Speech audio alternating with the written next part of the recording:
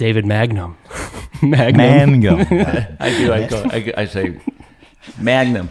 Nikki goes, what? I said, yeah. No. Every time, Magnum. Magnum PI. It's Mangum. People used to call me Magnum PI in like grade school. I was like, okay, I'm good with that. I'm in. Fucking Ferrari, motherfucker. Some people's mouths work better than others, and obviously I'm the weakest link. Anyway, it's great. It's great to be here. Thank you so much for allowing us to come. Thank you. And hang Thanks with for you. coming.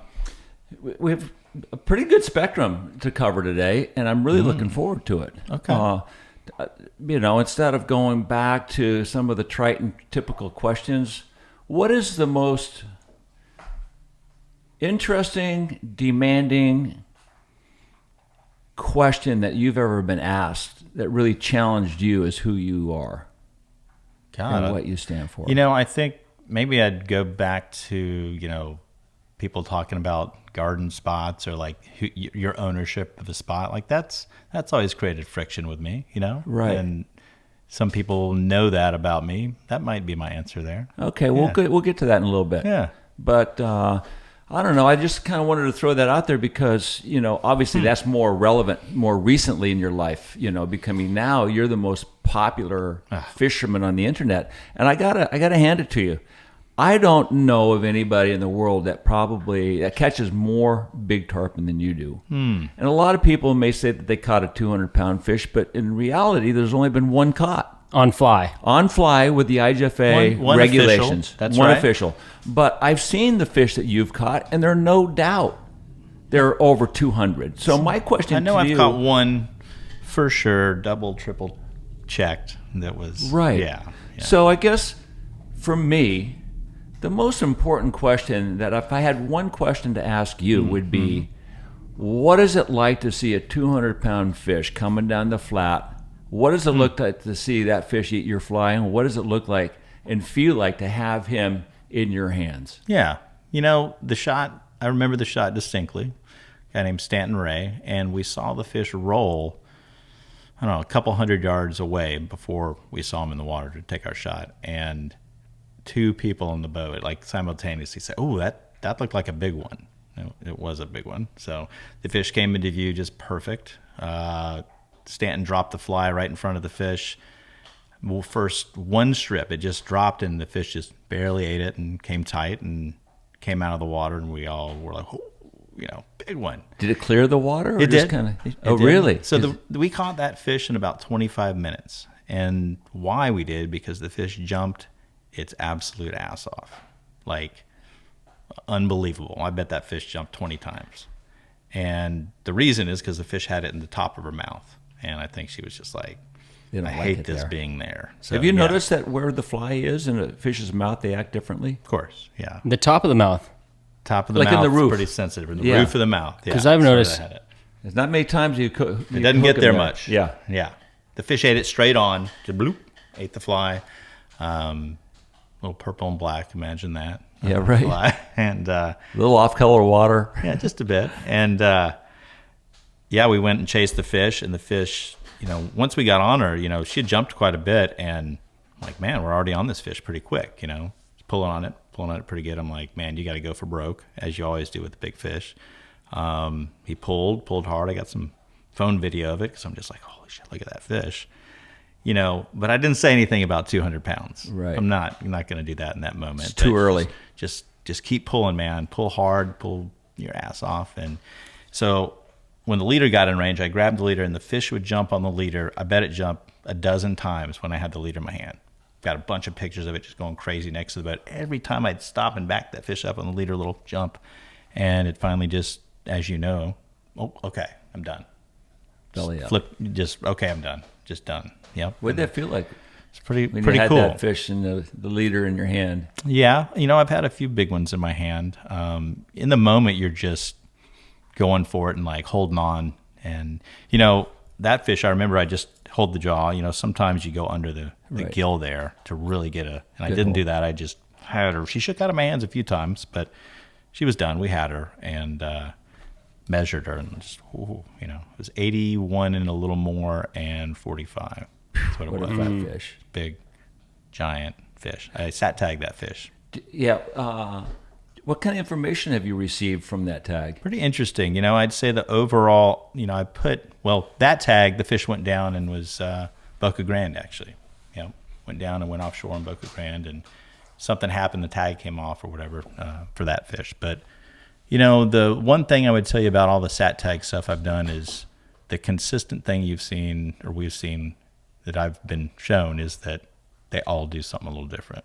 You would think they all did this and they all would shift this way with the tides or the moons, but they are just everywhere. Melee. Yeah. So pretty interesting. One fish will hang out in a zone, football field zone for 2 weeks, and then all of a sudden he swims all the way to Louisiana.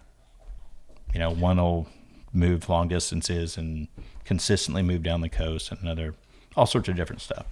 What was your early life like? Did you always have fishing in your DNA? I did. Actually, within sight of here is my first John boat that I had when I was a little kid. Caught my first fish out of.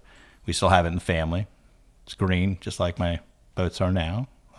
That's why they're that color. But yeah, I fished a lot with my dad. Fished bass. First fly rod I had, we fished like brim and bass and gar. And where'd you grow up? Here in Florida. Yeah, born here in Florida. So when did you come to the Panhandle? Born here. You were born here? Yeah. Gotcha. From here, yeah. So this is your home water. 49 years ago, almost. Yeah. It is my home water. Tell me a little bit about the early days fishing with JT and Alvin. Yeah. So along the 20, 30 different places I've lived, 20, let's say, I spent time in Austin, and I met JT and Alvin at this place called the Austin Angler, and we hit it off, and just fishing nerds, and when somebody else is just loony about fishing, so. We'd go down on the coast down there all the time and just redfish. And the Austin Angler actually had this old John boat with a platform. It's just a squared off bow John boat. We take that boat. Oh, sorry, that's my dog. The beautiful bird dog. Yeah. He wants to chase a bird. Mr. English setter there, Kai. Yeah. So we just go down to the coast and chase redfish, and we were all a lot younger then. It's been almost 30 years I've known him. So, yeah. He was a little wilder back then. No partying back then. Oh, yeah, none at all. Oh, got a couple stories. He's with got the those boys. DNA for it. Yes, he does. This is your first year not fishing Louisiana. It is. After how many years? 20. And why? Yeah. I just want to sleep in my own bed. And right. I'm just not as mad at them now. I was way more mad at them for many years. And what made you mad at the redfish? At all fish, I'm mad that they don't act the way you want them to. Yes, I just need to capture them and win. I guess I don't know. Have you been like that with other aspects of your life? Yes, I'd say that anything that really got interested in, I just dug super deep in and way down the wormhole and learn as much about it as you can and just try to master it. Well, your photography and video work is outrageous. Oh, thank you. Yeah, that's another wormhole that I don't know. I think that when you capture an image, or it's art for sure, right? And doing that different than other people, it's something that I worked hard at to try to show. And mostly what I really like to do was capture like fish in the moment, right? Like a tarpon jumping, a redfish tailing, and I use that imagery to kind of supplement the guide service and my guiding. Mm-hmm. So if you saw a photo somewhere of an amazing redfish or tarpon jumping, you would know like I could probably put me in that situation. Right. And yeah, if he can take that picture, he can probably put me on the bow and show me that. So that was always my thinking and some of the motivation behind some of that. So are you still connected deeply to photography? Yeah, for sure. Camera goes on the boat every day. Have you ever had something that you really cared about that you walked away from? Not that I can think of. Because I have. It's like chapters in a book. Yeah. You get to the point where I can't get any better because of age or whatever, or location or family. I don't believe that, but... Well, I'll give you an example. I was an Olympic skier for so many years. Sure. And at a certain point, after 20 operations, and I got into fishing and other things and bow hunting with my bow, I can't... Here's the deal. My whole life was based on a clock. How fast can I ski? That's right. And that clock determined how well or how poorly I skied. Once I retired and the clock was no longer a part of that relationship with skiing, I can ski. It'd be Right. like you going out there and catching dinky little brim all day long. Yeah, it's not going to do it. At one point in your life, it was really great. Skiing was really great. But now I have other passions, so I kind of walked away from it. But you're still young enough that you're probably still connected with everything. not that young, but yes. I mean, I think that you were limited by circumstance. Right. And if those limitations hadn't been put on you, you'd probably still be going for it and trying to master it and do better and better and better. That's my bet. If I could still be the best in the world. That's right. Absolutely. And I feel like there is nothing out there that can't be done better. So whether it's the techniques we're using today for tarpon or whatever fish we're chasing, because that's what we do, is, this fly fishing game, everything out there can be improved on. Absolutely. Whether it's permit fishing, like 10 years from now, we'll look back and go, oh man, that strong arm fly, man, look what we did to that, or look what this guy tied. And, we'll look at everything different down the road. For sure. Everything can be improved on. I think about it all the time. Anytime I see anything, I look at it and say, how can I change that to make it better? And I think that's what, I apply that to fishing. What's the biggest change you see that's needed or is available in tarpon fishing at this I stage? don't know. I think, every day I just look at the little tiny details of it and think about, oh, what if we did this a little more like this, or the line a little, just all the tiny little minutia of it. I think about all the time. It's just like a wheel turning in my head. Right. It won't stop. Do those questions tormenting a little bit? Yeah, I was going to ask you. Do those questions bother you, or does it ever get to a point where have you it's ever like had a song in your head that just stays there for weeks and weeks? Yeah. Yeah. Same thing. Yeah. It's just, but the question changes somewhat here and there. Thank God. But yeah, whether it's your boat or how you set your boat up, or your anchor, or your rod setup, or everything. And certainly I've applied that, thinking, or then thinking's been applied to me because of my brain, but over the years with different stuff. So it just happens that I've sculpted my life around fishing, and specifically tarpon, and that's mostly where I apply that. Or again, it's applied to me. I'm not sure which way it really works. And that's why you're as great as you are. You refine. No, I wouldn't say I'm great. I don't. You don't think you're great? No, I mean, I just think I think about it a lot. I think the word great or the best is just I don't know. I don't really like that.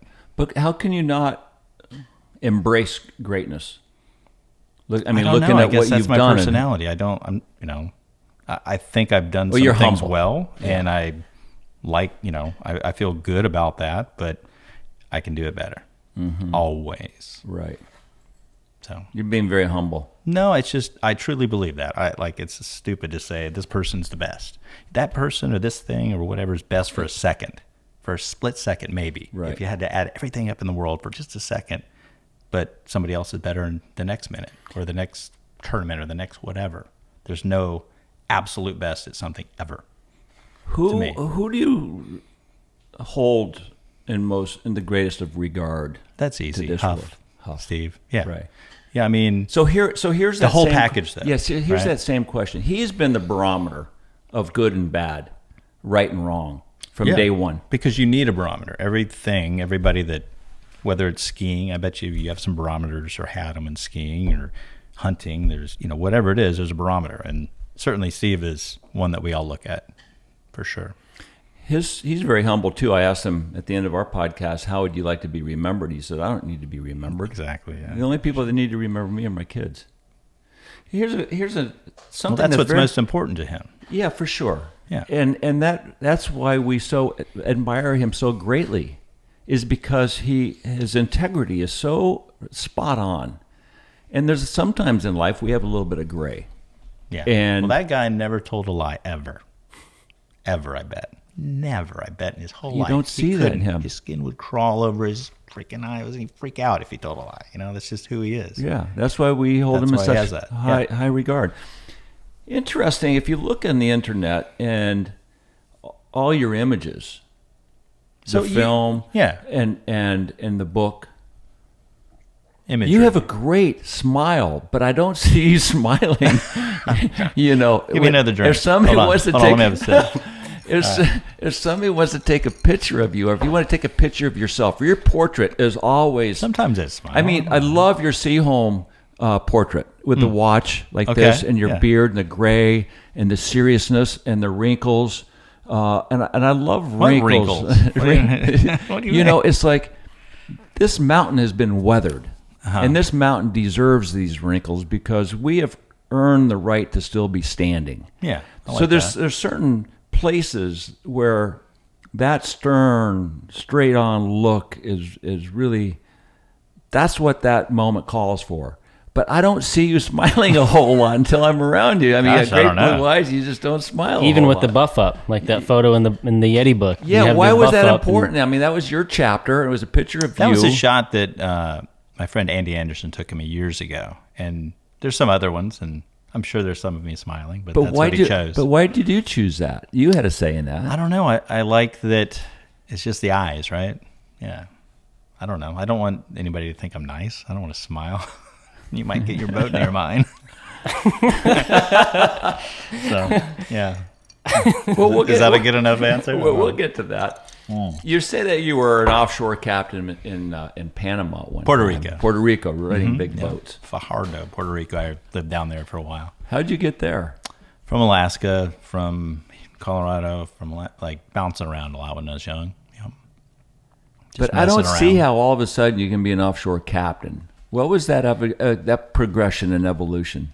So, the first time I went down there, I was mate on a boat and quickly obsessed over it all. And moved from mate to captain, had my captain's license. That was late 90s when I first got my license. So, yeah. What's the biggest blue marlin you wired as a mate? Probably about 500, a real hot 500. Hot. Back and forth across the cockpit a couple times, bloody knees, yeah. Bigger fish I wired. I think I wired one that was like 7 something, and I wired one here that was 700 a couple years ago, but not like that hot 500. That fish was bananas. So, yeah, I can't even imagine what that feels like. it's awesome. I mean, it's pretty crazy just The to feel whole a thing big. you wait for. Yeah. I don't care about them coming in or anything. Like when you grab that wire, that's what it's all about. That's, just like grabbing a poon or something. I hear that you like Atlantic salmon flies and rare Where did you hear feathered that and weird birds. stuff? Yeah. Feathers. What's up with that obsession? So years ago, when I was in Alaska or preparing to go to Alaska, a place called Prince of Wales, I got into looking into steelhead flies, which led to Atlantic salmon flies. So I got into this weird world of tying these flies and collecting these rare materials, and it's kind of just been one of the little obsessions I've had for years. Yeah. So Along with painting. paint. Yeah. Is it similar, or does one have a preference over the other? Just of what? Painting and feathers and Oh tying. no, they're totally different. Yeah, it's like shooting the bow or surfing or all these other weird little things. Yeah, Right. that you get into. I mean, you're into all sorts of weird stuff. I'm sure, right? Yeah, That for you sure. know people know about. Yeah, and there's no preference. You know what's the preference? One thing is one, and one It's- thing's the other. It's the time of year. That's right. That dictates That's the right. preference. So yeah, when it's cold outside and I can sit in my office a little bit and tinker with my flies, or those Atlantic salmon flies are just painting on a hook. That's all Yeah, they are. it's cool. Yeah, and doing it with these strange materials from birds all over the world, just like they did in the Victorian era, is kind of what's fascinating about it. Right. Yeah. How do you balance family life with this big life that you have? That's a good question. I don't know that it's balanced. That'd be a question for my wife. But Do the best you I can. do my best. Yeah. I try to involve them anytime I can get to go somewhere and bring them along, and any of these different things I do with different companies or photo stuff, and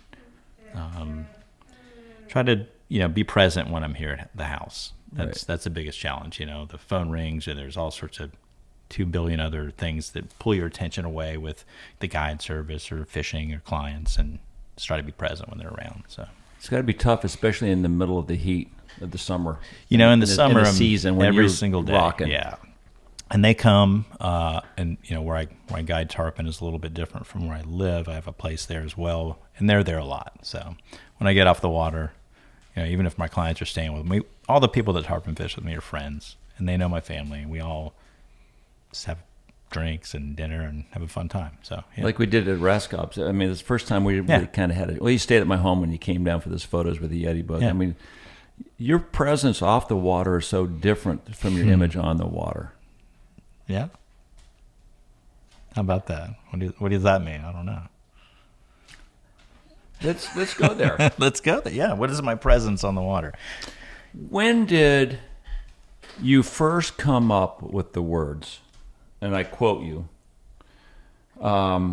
intellectual capital, and nobody owns the ocean, but you own the intellectual capital that you have earned with blood and sweat over the years. Does that make sense to you? Yes, but let me continue. Sorry. Water is public, but the information and knowledge gained from time spent on the water are proprietary. Here's my question, and I'm not coming at you, but we're going to massage this a little bit, okay?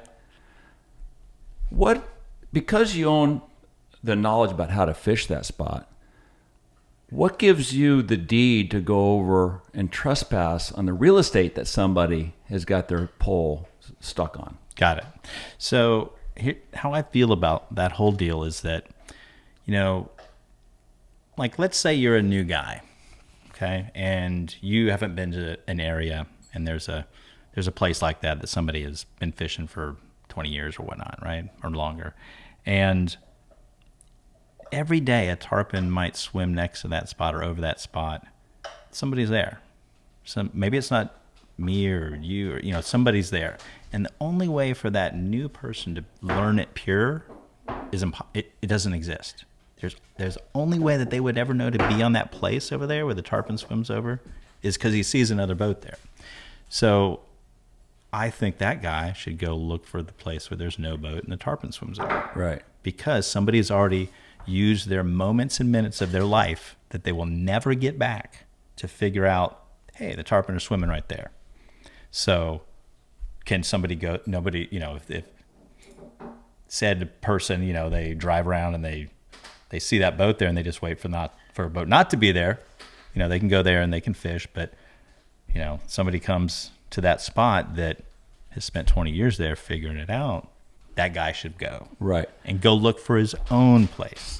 That's how I feel about it. But you're assuming that the person that wants to fish there has seen another skiff jump tarpon there. It's impossible that he didn't see the boat there. But what happens if you're looking on Google and you say, oh, this is a nice edge, this is a nice point, I want to go check it out, and no one's there? There'll be a boat there. Like, that just doesn't happen. Like, I don't believe that happens purely anymore. Like, let's say you wanted to come to where I fish up here. You're going to talk to other people. There's going to be vibes, and there's going to be like, you go here, you don't go here. Like, nobody just gets in their skiff, drives somewhere to the Florida Keys without knowing anything, and starts driving around and goes, oh, this right here look good on this bowling alley spot. And you know what I mean? Like, I don't think that happens purely. I think that... not today, not with the internet, not with Google Earth, not with all that stuff. I do that in Key Largo. Really? All the time. In places that you never set fished up before. Never fished before. But a lot of places too that you fished, like you fished on the boat of a guide before, and you go back to that spot though, right? And I think, let's say that happens with, you guys are at a spot where 20 years you fish with a guide, he should be able to pull up, and you're like, hey, and you move. Yeah, it's Steve Hoff. I'm going to revert back to him briefly. I asked him. He said, if you get to the spot first and you touch the ocean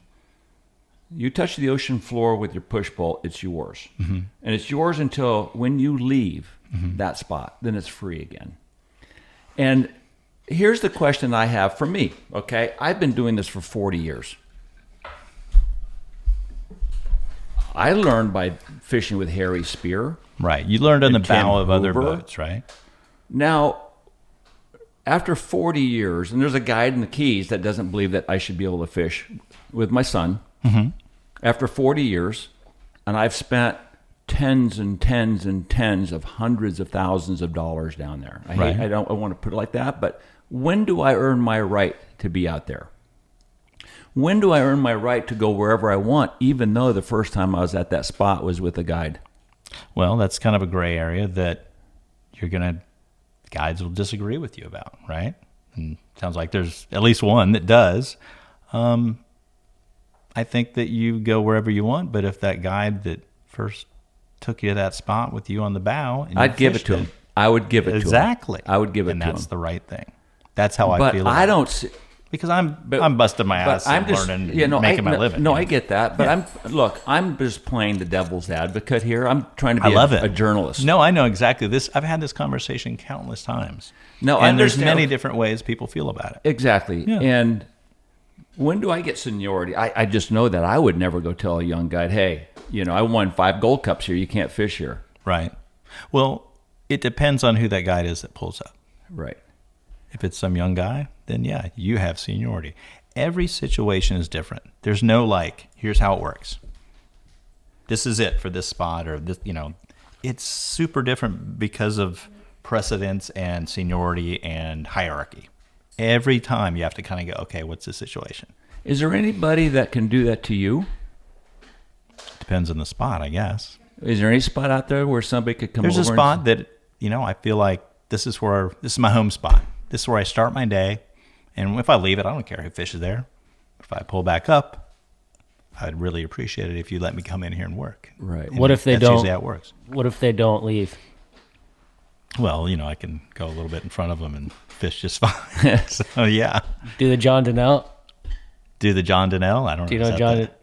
Yeah. See, Steve, so we did a podcast with Donnell and Fordyce, and I asked them about these things, and Donnell basically said, I know it's not right, but this is the way it is. Yeah. And Steve Huff says, I don't blame those guys for taking ownership of Craig Key. I blame everybody else allowing them to take that spot.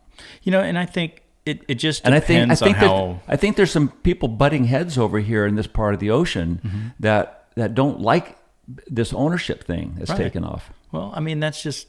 I think you're just going to run into that because we're humans, and you agree, I don't agree, and we're going to butt.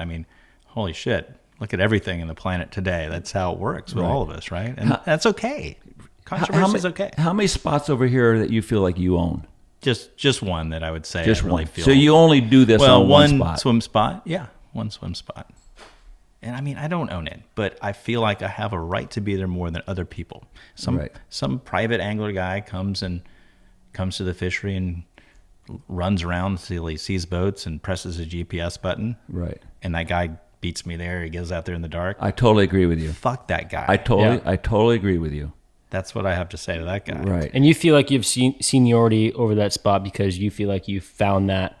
I developed that little deal, and I've been fishing it forever. And, as guides in our fishery, we all kind of get a routine. We all know what each other's routine is.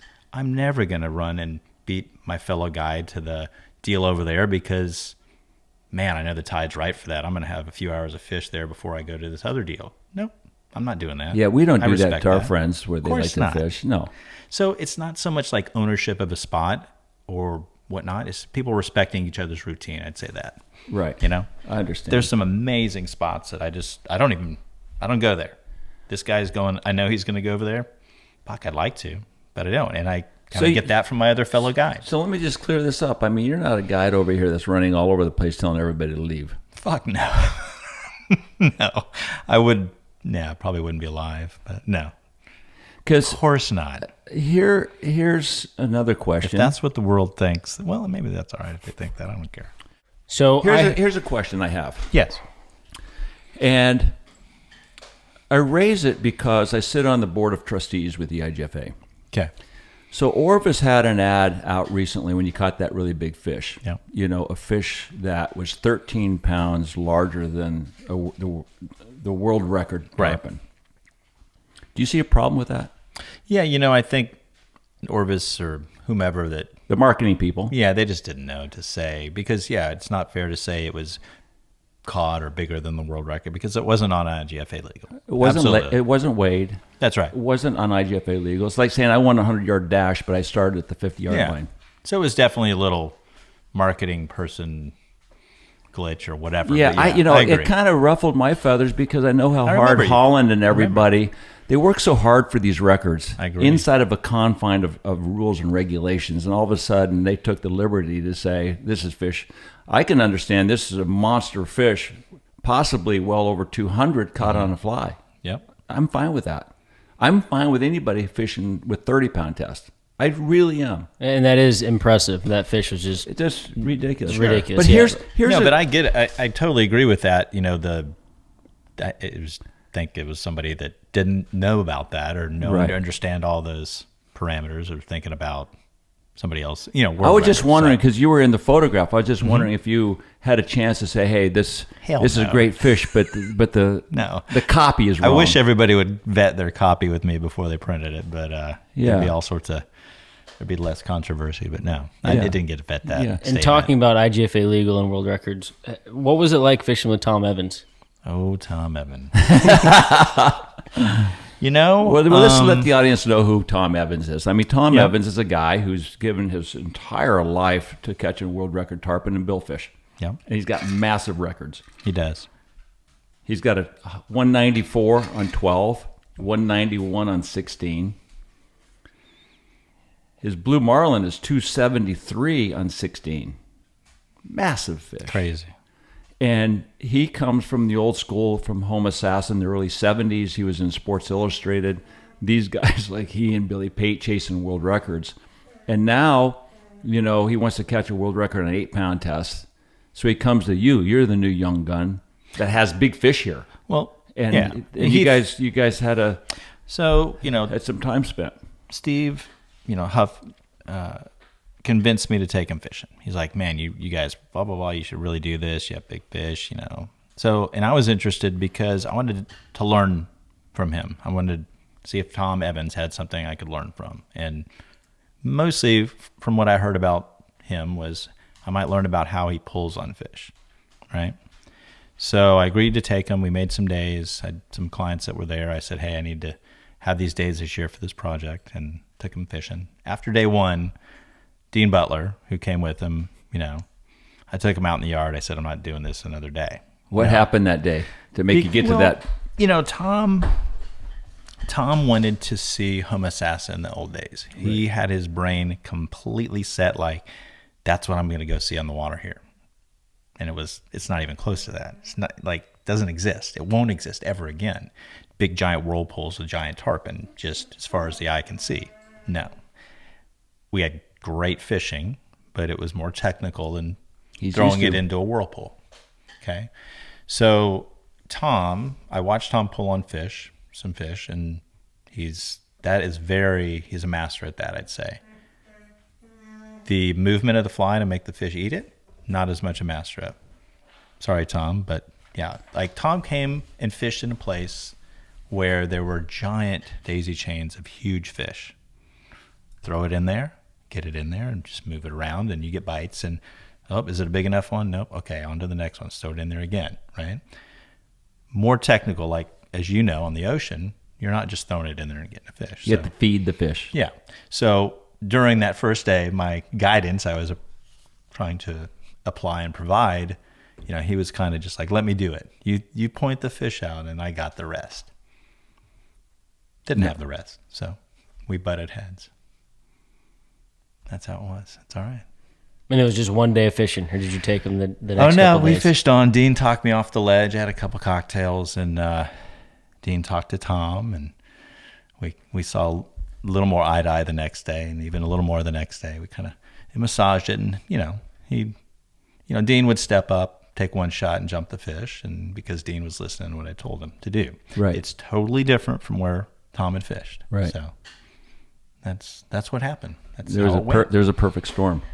Yeah. So anyway, I think Tom is such he's an anomaly, I'd say. He's a dinosaur that was always doing it his way, and it was very successful. Right. But the times have changed. They have. These fish are smart and they're sophisticated. Do you think some of your big fish are the same fish that they see in Homosassa?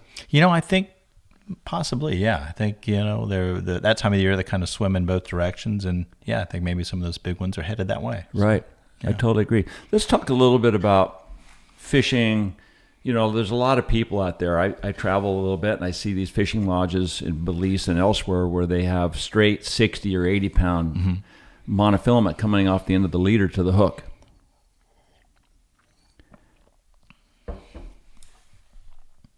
People don't understand that there's no advantage to fishing 30, 40, 60, or 80. And I'll tell you why. It's actually a disadvantage, Okay. and it's very dangerous. If you hook a 100-pound GT with a 100-pound It is dangerous. leader, and you wrap a finger around that fly line, you're going to lose a digit. You're in trouble. Right. Yeah. Also, too, let's just talk about the fighting of fish. Okay. Well, real quick, I want to Yep. I want to say something to that. You know, the advantage that most people have these days by using heavier line is it allows them to make mistakes. Right. That's it. So here's my question, which really goes to, and I understand if somebody's going to come in just say for a week, 1 week a year, Right. and they don't care about getting better. They just want to catch a fish. Well, that's I get typically it. what it is. Yeah. I get it. And so be it. But let's talk about the technical aspect of it. You can tie 20-pound test to a scale, 40, 60, and 80. Blindfold the anglers and stand back I and pull agree. as hard I know. as you can. It's going to be the same thing. It's not going over 20. I know. He caught a 180 2 years ago, taped out a little shy of 175, but it could have been 20% higher or 20% lower in 36 minutes on 16. Yep. So if people really think that it's going to help them fight a fish harder It doesn't. or faster, It doesn't. not at all. I think mentally it does.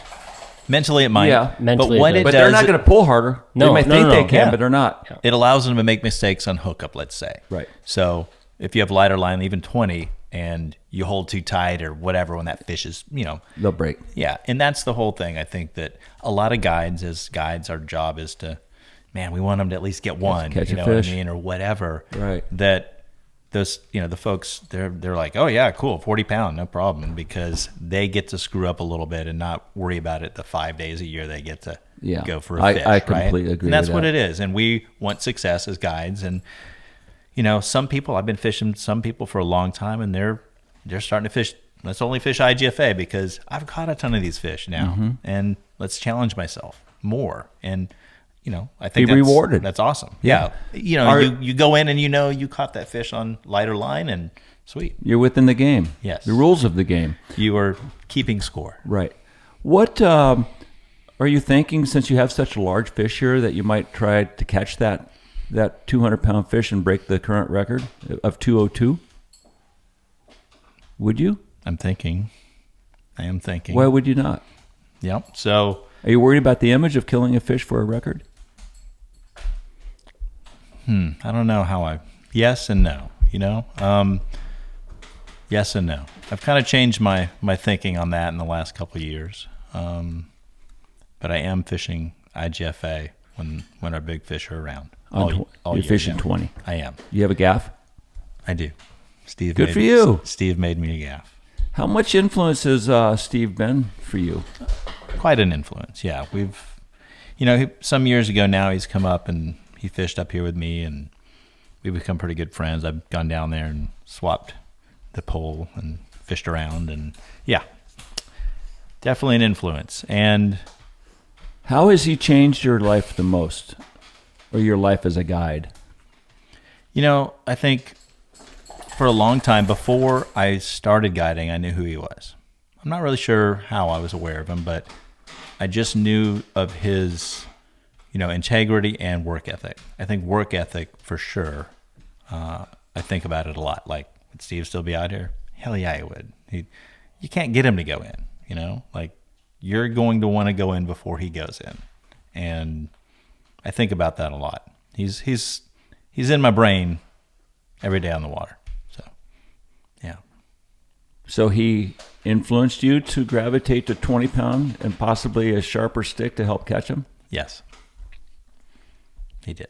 Was Nathaniel in that conversation at all? Yes, Nathaniel's in that conversation. No, Nathaniel's Socrates? in all conversations. Socrates No, is his name. absolutely.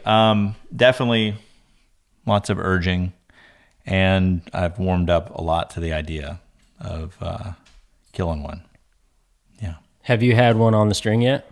Yes, last year we had one for 6 hours on the string. Yeah, you sent the photograph to me. Yeah, got one good photo of that fish, and he would have done it. And she would have done it. Do you have one angler that's set to I catch have one that guy fish? that I fish more than anybody else. That it's kind of our project. But some other anglers that I fish as well are into that. And any day that those fish are around. And when we get other times of year when there's a lot more fish around, they're I'm not on that for some of my anglers. We're just doing the usual heavier line. Do you find that earlier in the season there's bigger fish coming down the ocean, or when does that? I think anywhere tarpon first show up, the big ones show up first, wherever you are, whether it's the Glades, Texas, wherever it is. Right. The large females who are more temperature tolerant move in first. I think they're okay with the cooler water.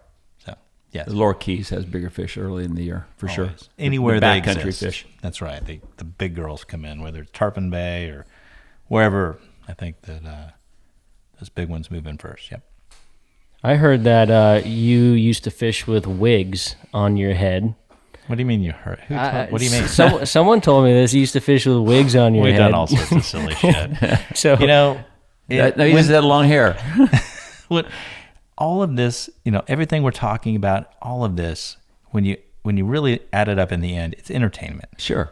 It's just for fun, and I like to have fun on the water. When the fish is in front of me and we're taking our casts and doing that, like, I get serious as shit real fast, but I want to have fun. I want to enjoy my life and every day on the water. And sometimes that takes perspective to say, look, let's have fun and goof off and do all sorts of silly shit. So, And smile. and smile. I'm just not going to let you see me smile.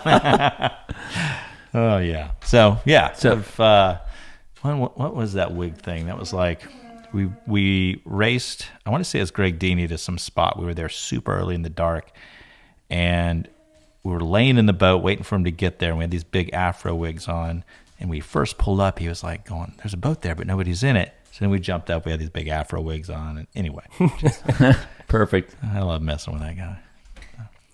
So we're doing this new segment where we, the podcast listeners can pose questions. Oh, okay. And ask you, which is, I think it's kind of fun. So the first question is, Camp asks, what are your biggest pet peeves on the boat? Camp, my biggest pet peeves. Gosh, I don't know. Let me think about that one. My biggest pet peeves. There's all sorts of little details that I go through with anglers, like where to keep their line in preparation for a shot, how to hold their fly, all these little things that I'm really adamant about. And, it's okay if you don't do that every time, but if I say, hey, next time let's do this, so that as you start your cast, you don't get hung on Right. whatever, all those some little obvious things that really some very play a obvious big role. things. Yeah. And if you don't pay attention to those things, or you just kind of that really fucking rubs me wrong. What about bananas? Do you have superstition with bananas? Come on. If a fucking banana is the reason you're not catching a fish, there's something else wrong. There's another guide out there for you. I take a banana on my boat every single day. Come on. Really, people? Just don't let Bouncer. I don't. Bouncer, you're just wrong. You know Bouncer, don't you? Yeah, you're just awesome. wrong. He's a lovely man. Banana ain't the reason, man. Sorry. All right. Second question is from Trace Outdoors. What's the biggest confrontation you've had running someone out of a spot? We, trying to think. Just lots of screaming when I was younger. I was way more amped up. I don't do that anymore. I haven't had to run anybody out of, like, come on. That doesn't happen much anymore. But there's definitely been some yelling here and there. Nothing back at the boat ramp or back on dry ground?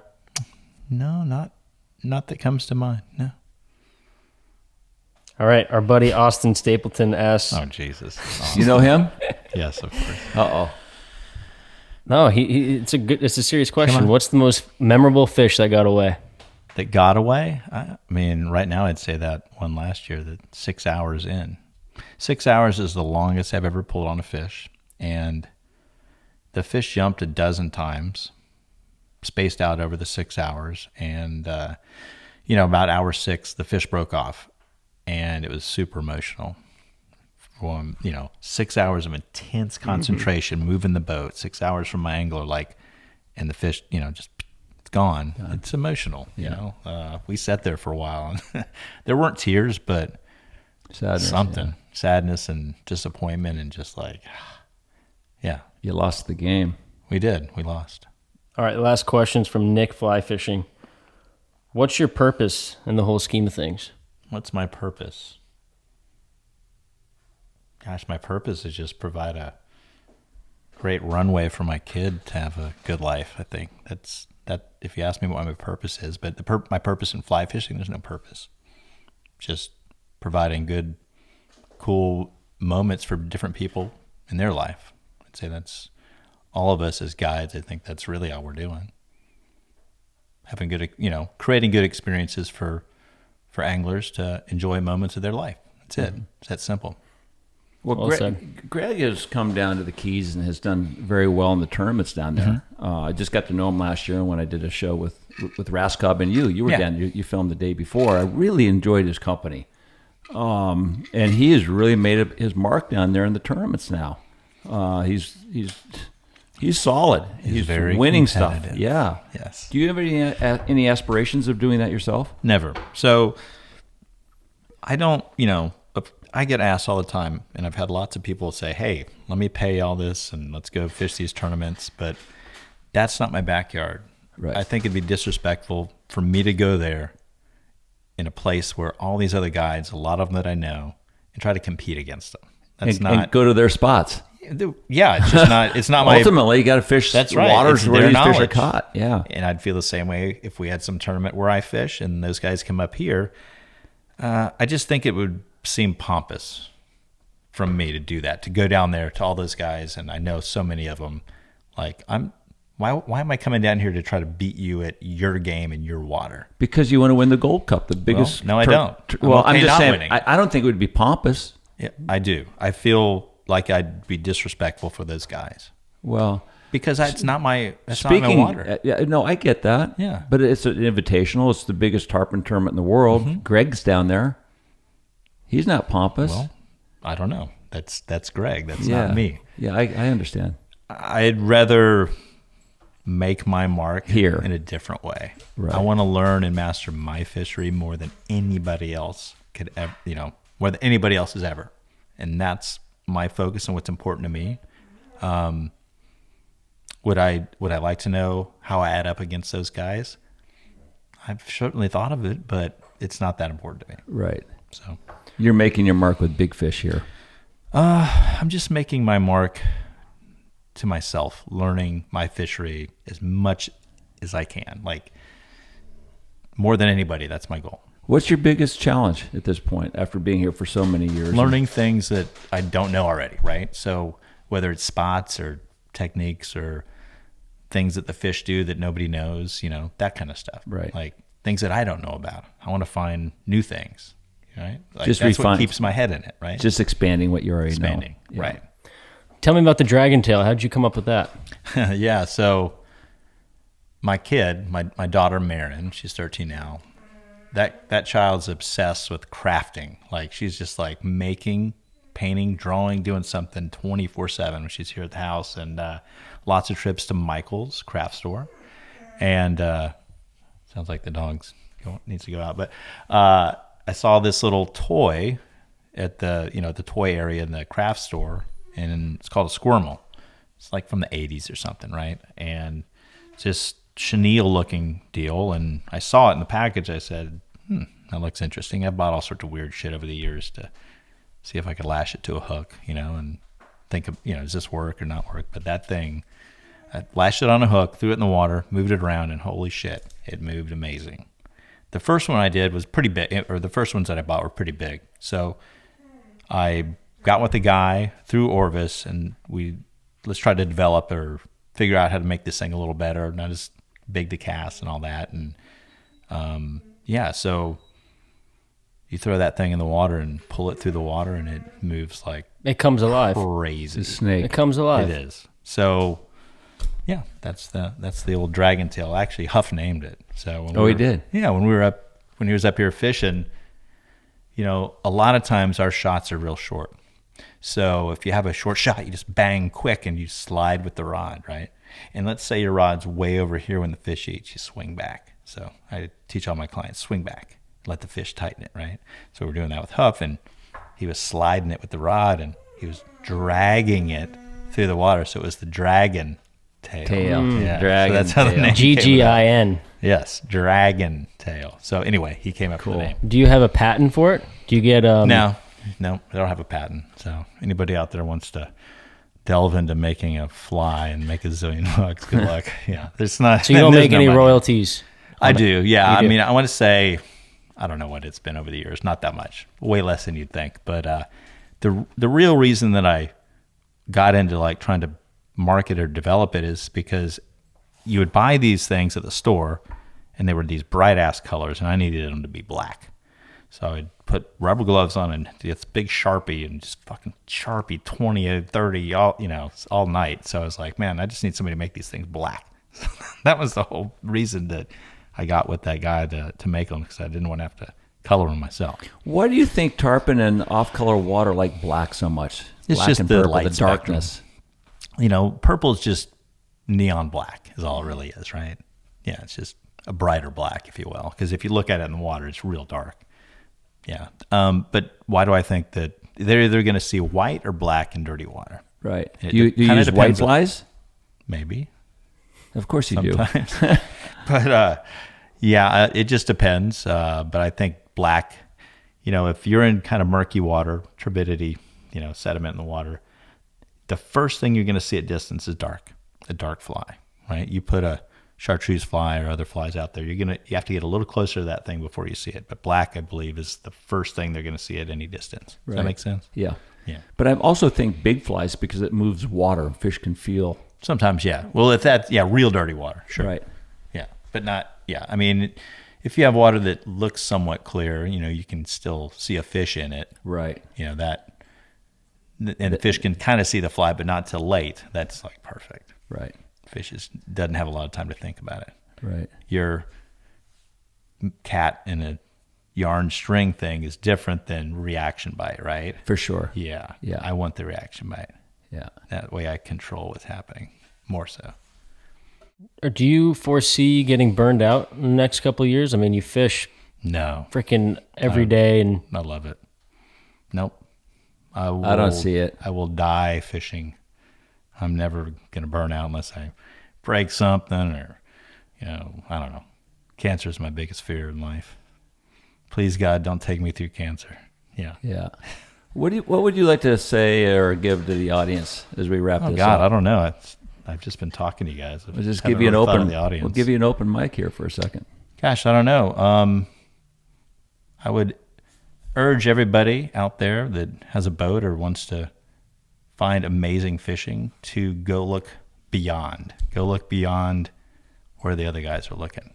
And that's the way you're going to find amazing, crazy things. Not where they're going to be. Take that time to go and look somewhere beyond. That's what I'd say.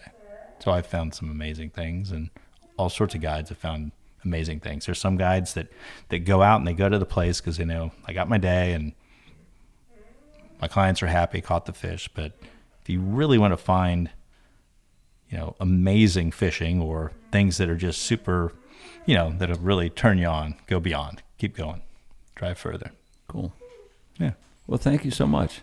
Thank you. Really appreciate Thanks it. for coming. Yeah, our pleasure. Yeah. David, it's great to meet you, man. Finally, right? Yeah, thanks so much. Thanks, guys. Smile more. You got a great smile. Oh, boy. I'll try. I'll remember you. You're all good, man. Next time I got the camera pointed at me, I'll smile.